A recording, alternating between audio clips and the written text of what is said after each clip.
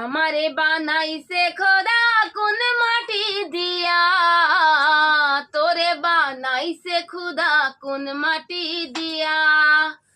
আমারে বানাইছে খোদা কোন মাটি দিয়া, তোরে বানাইছে খুদা কোন মাটি দিয়া।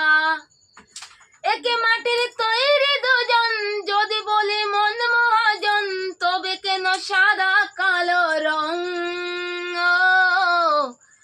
আমারে বানাইছে খোদা কোন মাটি দিয়া, তোরে বানাইছে খুদা কোন মাটি দিয়া।